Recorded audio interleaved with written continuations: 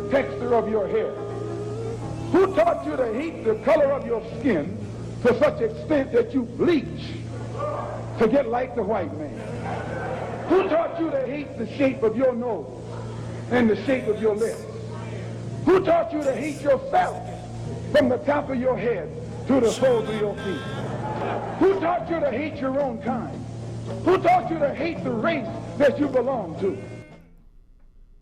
Welcome to Street Talk. My name is Ahmad Shakaraki. And on Street Talk, we deal with political, social, and economics here in Michigan, the U.S., and abroad. Now, joining me tonight, Dennis Burnside. Paget Maynard. Okay, man, we got a lot to cover tonight, but let's just talk about for a minute the thing going down in Georgia. I see where yesterday or day before, my man was up 4 points. Yeah. On, and he was up 2 points going into November 6th when the election happened. Okay. And he won by about 2 points. And now we see he's up by 4 points, and I think you can attribute that to lack of motivation on the Republican Party side. I'd be surprised if it's going to be that. And the third party isn't in there. That's true too, Paget. But I think the motivating momentum is with the Democrats. The people who are passionate about Senator Reverend Warnock's candidacy, look at him as a very competent, well-meaning man. They look at Herschel Walker as an insult. I've seen interviews of Georgia voters, particularly African-American voters, and they say it's disrespectful to put somebody like that up for Senate. It's an insult. It's laughable that they think that this black man, of any black man that they ran, because they were only interested in putting a black man up there, let's be honest, that this particular black man who is so obviously unqualified to be a city councilman, let alone a U.S. senator, they're foisting him up there saying, one N-word is as good as the next as far as the Republicans are concerned, because he's going to do what he's told. Right, yeah. He's going to vote when he's told to vote, how he's told to vote, and he's going to shut his mouth until such time as they tell him to come out there. Right. And of course, if he pulls a gun on another woman or tries to buy off another woman's pregnancy with a free abortion, they'll deal with that crisis later. But what they want now is his vote. Well, at the best they can hope for is a 50-50 tie, which is what we had previously. So I don't think the Republicans are going to be motivated to go out to vote like they did in the general election. And the Democrats remain highly motivated to vote for Warnock. So I see Warnock winning it. Yeah, I was. Could you tell me something? They wanted a black. Fine. Is there no other black person, man or woman, in Georgia who could better fit the bill than this guy? Who's the titular head of the Republican Party? Donald J. Trump. Is Donald Trump an intellectual? A what? I'm asking you serious questions. I wouldn't think so. Would Donald Trump be the type of person to give serious consideration to the question you just raised? No, actually, Trump would never find somebody who is qualified to do, because he wants who he could control. Yeah. There you go. You answered your own question. Yeah. Trump is Trump is looking for useful fools and useful tools at all levels, and he found one in Herschel. He has a personal relationship with Herschel. He knows Herschel's IQ is about 2 degrees above room temperature, and he'll be malleable and controllable.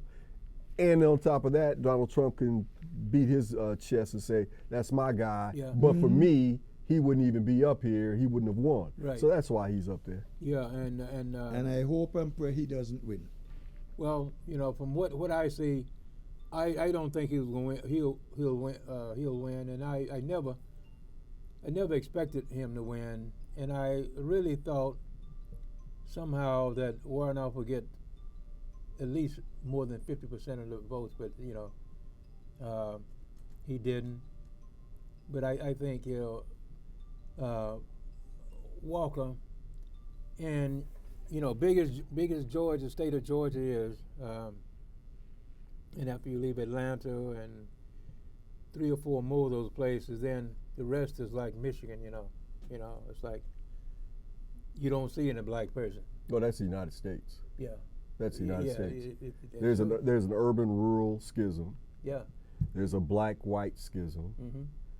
The white people that you see who identify as progressive are in the minority, Mm-hmm. and they consistently vote Democratic. Mm-hmm. So there is a population of progressive voters who are not black, but you have to find them in academic centers. Mm-hmm. Mm-hmm. So if you go to Georgia and you go to Athens, where the University of Georgia is, you probably find a very large percentage of those students who favor Warnock. Mm-hmm. You can go to Gainesville, Florida, where the University of Florida is, and see that they vote progressive. Mm-hmm. Austin, Texas. I could go on down the list, Mm-hmm. where people are very well educated Mm-hmm. and have had a chance to interact with people from other cultures, other nations, speak other languages, Mm-hmm. and find out that they don't have horns growing from their head, and they don't do all this crazy stuff that Fox News says that they do. Yep. They start to realize that the human experience is universal, Yeah. and people can come from all different types of walks of life and background and still come together in commonality. You don't have commonality with people who say that Donald Trump is a ideal candidate to become president of the United States. You can't have commonality with a person who looks at someone like Lindsey Graham as having integrity. You can't have commonality with people who look at Laura Boebert or Marjorie Taylor Greene as intellectually fit to be in Congress. Right. Man, Taylor. So how do you meet halfway with numbskulls like that? So let them have their shrinking minority. One thing about Trumpism, they've lost 4 elections in a row now, and they're going to continue to lose elections because the thrill is gone. We've seen the danger that this man presents, and the people who think like him are fortunately in the minority. Mm-hmm. Yeah. Well, you find even his own people now talking out against him, Donald, because he doesn't have it. I mean, those folks went out voting for him. And by the way, don't forget, he never really won any election. He lost to Hillary, and in terms of the popular vote. And we know if the Michigan votes were all counted, he would have lost Michigan. So he never really won. But no wonder he's squabbling so much about 2020, because he could only win if something goes wrong. Well, the thing about it is that for the, he's still talking about 20 and the 24. One of the reasons I think, he come out with all of them running again in 24 is because all these suits they got against him, and buying time. Yeah, the DOJ had everything they need teed up to indict him for felonies before the election. Yeah. And the thinking was after the election you'll start to see movements made in that direction. And sure enough, it happened. Merrick Garland came out and said that he was going to assign this to a special prosecutors. And that special prosecutor is a guy that came from The Hague, a gentleman by the name of Jack Smith. And he's supposed to be a pit bull, no nonsense type cat. And, that's what I heard. And and the Trump family is shaking in their boots because the evidence is there. Yeah. I mean, this investigation that's going to this special counsel will not only look at the January 6th and election shenanigans that Trump and his ilk participated in. They're also fully immersed in this investigation of the stolen files, classified documents that he ensconced and took off to Mar-a-Lago. Brother, we're talking serious crimes here. You got to remember there have been people in the last 3 or 4 years who have been sentenced to time for mishandling a single document. A single document. And he has hundreds. Yeah. He has documents that are at the highest level of clearance. Yeah. And he cannot create a rationale for why he would need to have them. Yeah. So yeah, he's in serious trouble here, and that's why you see some of his people starting to creep back. But they're doing it incrementally because Trump's base is fact-averse. Trump's base is not literate. Trump's base is solely but dependent on their own inherent Yeah. or internal hatred for the Right. others, Yeah. be they black, brown, Yeah. foreigners, Whatever. gays, Yeah. anything that's Yeah. not like them. Yeah. Yep. A white heterosexual Christian, Yeah. they can't use. Right. But you're not going to move them. Right. But Padgett made a point earlier about the independents who played a part in the general election in November. Mm-hmm. The independents really aren't going to be a factor in this special election in Georgia, and that same demographic, that independent type voter who I really don't understand, who from election to election tends to swing left or right. They loved Obama. Yeah. But they couldn't stand Hillary, so they voted for Clinton. Mm-hmm. They loved they loved Bill Clinton, but they couldn't get behind Al Gore. Mm-hmm. So they swing back and forth. I think those people have seen just about enough from the right wing, and for the next election or two, they're going to swing to the left. So anything that we see from now on, the Fox News base is not going to be enough to get them over the hump. And that Fox News base is only shrinking because they're getting older. Yeah. I think the average viewership of that TV channel in the evening is in the mid to late 60s. Yeah. So it's going to be difficult for them to continue to propagandize their naive and ignorant electorate to sufficiently bring out numbers to win elections. I was about to say, if you notice that they haven't been doing much of it these days. Well, if you notice, right after the general election, we didn't hear any more about looting. We didn't hear any more about crime. We didn't hear more about all these things they said were going rampant in the country. We're not hearing about inflation anymore. No. They moved on to other things, and their target audience should be as insulted as black folks are insulted by the idea of somebody selecting Herschel Walker as a representative of what a black man should be. I mean, Herschel Walker is the walking stereotype of what you and I have been told that we're supposed to be. Irresponsible, right? Yep. Violent, dumb, don't take care of our children, and won't tell the truth. Yeah. That's Herschel Walker. Yeah. And that's a stereotype that every black man has had to fight against anytime he's interviewed for a job or been questioned about anything in his past. It's like we have to overcome what the pre-existing notion is about us walking into the room. And then here comes Herschel Walker. Talking, I mean, this the stupidity that comes out of his mouth. He said something, man, last week. I can't remember what it was, but it was just, I mean, why would you say something like this? If you don't know anything to talk about, don't say anything. Yeah. Listen, You it's know? better to let people think you are a fool because you're keeping quiet Yeah. than Then to open your mouth and and let prove them it. know Yeah. for sure Indeed. you You are know? a fool. I mean, he said some of the most dumbest, stupidest thing. It's like, wait, what are you talking about? You know? Yeah. You know? It's hard to recall which stupid thing you may be referring to That's because it. it's such a long list. Yeah. You know? But my greater point is the swing voters aren't going to go for that okie doke. No, So now you're down to just your hardcore base. Yeah. 30%. And he fits them fine because he'll do what he's told. Yep, yep. He'll vote as he's told, and he'll show up when he's told to. But there's not enough of them out there, and so you see the GOP leadership, if that's what you want to call it, incrementally backing off Trump and Trumpism.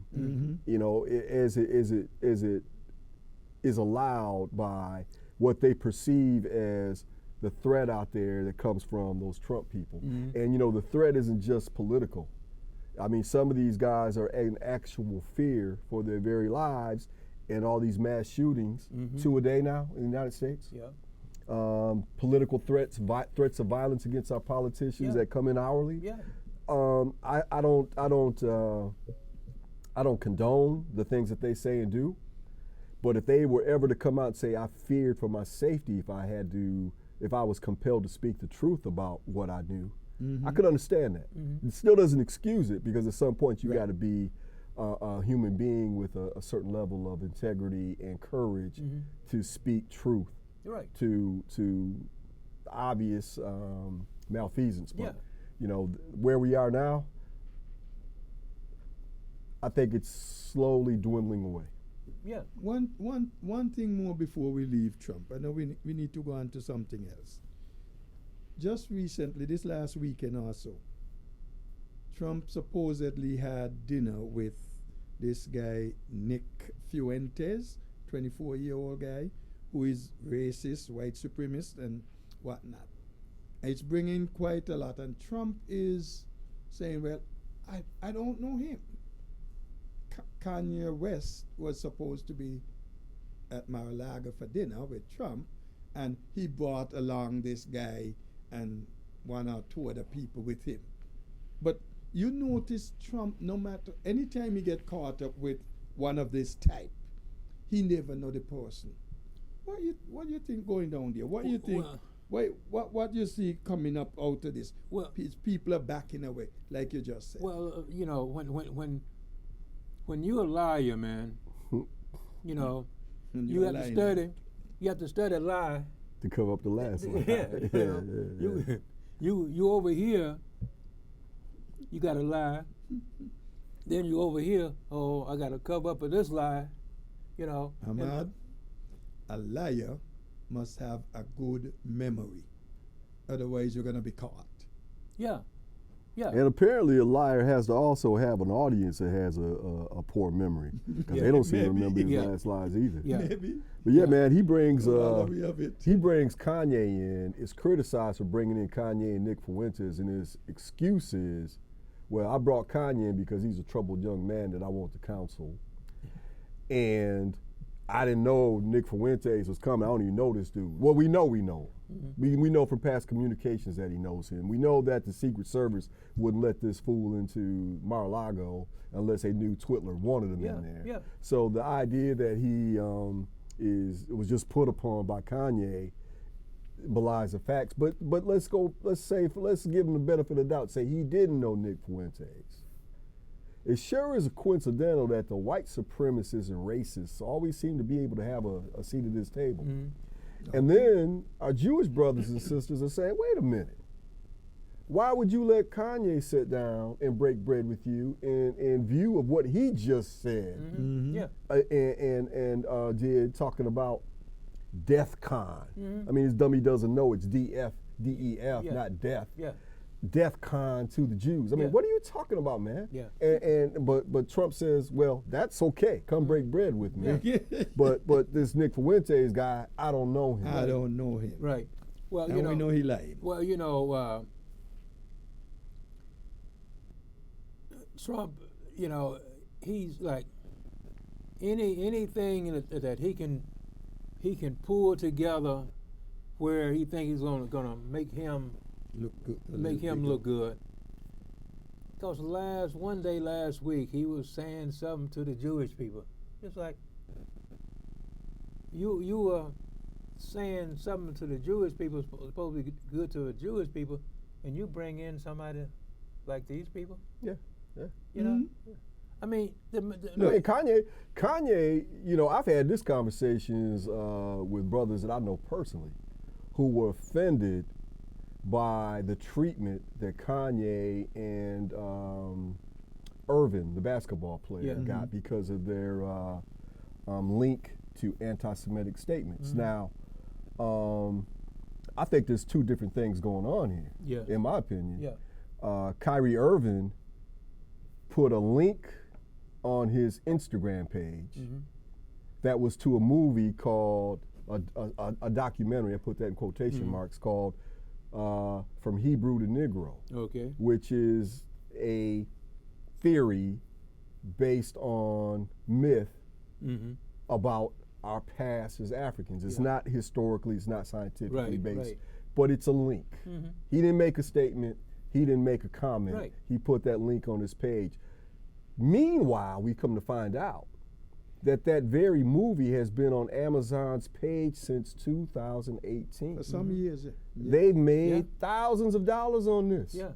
But that was okay. Just don't identify yourself as someone who's influential and likes that movie because it may draw more people to it. Yeah. That was his sin. That's not anti-Semitism. That's something else. Yeah. But what Kanye did, Kanye comes out here and he defecates on my ancestors, Yeah. right? Yeah. He says my ancestors chose to be slaves. Yeah. He says that my ancestor Harriet Tubman really didn't do anything but move slaves from one plantation to another. Yeah. I could go down the list of how he defecated on us, which outraged me to the point that I said I would never wear or listen to his music or wear anything that he promotes or sells. That was enough for me. Yeah. Now, a lot of black folks, I don't know if they lack self-esteem or self-awareness, but that was just Kanye being Kanye. Well, but when he says this thing that our Jewish brothers and sisters deem to be anti-Semitic, and they hit him hard. I mean, they took away his money. Now I'm supposed to jump up and fight for Kanye? Well, Man, bump Kanye. well, Kanye made his bed, right? Yeah. Kanye was stupid enough to say what he said after defecating on us for years. Yeah. And as far as I'm concerned, let him have it. Well, you know, the thing is that I was listening to Sharpton last week. I listened to Sharpton a little bit, you know. And one of the things is that he will, before his show comes on, he will tell the people what the 3 or 4 things that he want to talk about. Okay. And at the same time, the people will come on and they'll be talking about something way away from what he and you know, it's like somebody will be talking about the same thing they was talking about last week or last month when they're on the show. And then the other thing is he get the same people, you know. It's just, man, it's just so messy. But anyway, there was a couple of shows I listened to last week, you know, and last week and week before last. And here people calling it, well, I think, well, I'm with Kanye West Coast. It's like, I mean, why we got to be so stupid? I mean, why? I mean, really, man. I mean, it's like, you know, why do we have to be so stupid, man? Well, you're looking at a sample of a certain demographic that would call into Al Sharpton's show. That's not representative of us on Mars. No, not. It's not. And you can't control what people think, because you have to understand, man, what people think about themselves is what they've been taught about themselves. Yeah. And if what you've been taught about yourself comes from dubious sources, your mother who may not be proud of her blackness, your father who may not be aware of his black history. If that's what your mind is fed, then that's what your mind conceives. You can't. The mind can't teach what the mind doesn't know. So if they spit out ridiculous things, it's because that's what they know. Right. There's been many a black scholar I've listened to at lectures who said, you go into many black homes, you see nary a book, nary a newspaper, but you see that video game console and a bunch of video games and DVD movies up there. What people prioritize in their lives tells you what they're going to think about issues that are impactful to their lives. In other words, they won't know. Yeah. So I can't say that ignorant group of people who make those type of phone calls represents me or mine or most of the people I know. Right. You want to know why they're still acting, thinking the way they do? They're coward in the brain. They're afraid to read. They're afraid to listen and learn. That cowardice is what is keeping them back and keeping them making the same foolish comments and everything going. How many minutes we got, Patrick? About 3. I do want to say, let's go to another topic. The violence. This gun violence in our country has left us all at a point of paralysis. It's like we just don't know what we ought to do. We had a case here about a year ago. where a young man, Jason Crumbly, shot up Oxford High School and killed 4 young people, wounded 7 others. And we find out that the school board, who has been feigning innocence, that they've done all they can, we find out from the treasurer and one of the board members that they were told the day before the mass shooting, this young man was caught in class researching how to buy a certain kind of bullet on his cell phone and was reported to the office. Now, by their own written policy, he should have been suspended on the spot and subject to evaluation. So rather than being sent home, he finishes up the day. He comes back the next day, takes a math test, writes on his math paper, draws bodies in pools of blood with guns and bullets and images, and writes, "Help me, I can't keep going on this way," something to that effect.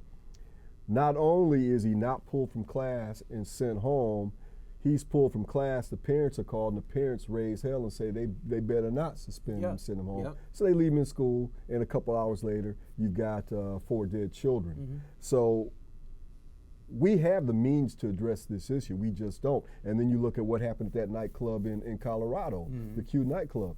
We had a man in there who is known to be an issue, should have been flagged by the red flag laws that they have there. You know, the police didn't think it was any type of potential threat, so he goes to that nightclub, and but for the fact that we had a heroic retired major who had done 4 tours in Iraq, and other brave patrons, like one of the transsexual women wearing high heels who stomped his head, and another brave young man who kicked the gun away and helped the major subdue this guy with punches and blows. We'd have had a lot more dead than what we had. And then when it's all over and said and done, the response from the right is, nothing we can do. Second Amendment is sacrosanct. The misinterpreted, distorted Second Amendment that they've done since the days of Justice Scalia is leading to 2 mass shootings a day in America. Who's next? We've had 606. I think it's 868 now. 608. Okay. Anyway. And the last that I know of. And that's with another 38 days to go in the month. I mean, in the year. You know, and the thing about it, this is not one person dying a day.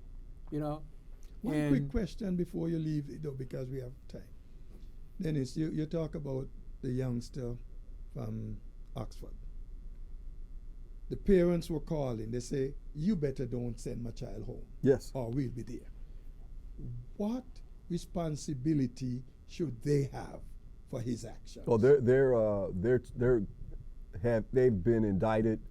In fact, they're both still in jail because they can't pay the bail, and they're pending criminal charges as well. So hopefully they're convicted and punished for what they did. It's almost like accessories to murder. Know you are responsible. You know, it's just really sad that the U.S., of all these other countries, the U.S. is the most logical place where you're going to have these kind of killings and everything. Well, it's predictable. You know, and they call that progress. We need to have a conversation about the Second Amendment and how it's been misapplied for the last 20 years. Last 30 years. No, the last 20 years since Scalia changed the Supreme Court's view of it. I mean, it was bad enough in the 90s and the 80s, but since then, I mean, we weren't having 2 mass shootings a day back then. No. It's gotten extra worse since then, so we need to talk about that. All right, that's going to be all the time we have for tonight. But join us again next time for more Street Talk. My name is Ahmad Shakaraki, and we catch you down the next block. Peace. Who taught you to hate the texture of your hair? Who taught you to hate the color of your skin to such extent that you bleach to get like the white man?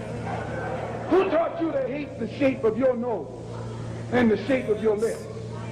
Who taught you to hate yourself from the top of your head to the soles of your feet? Who taught you to hate your own kind? Who taught you to hate the race that you belong to?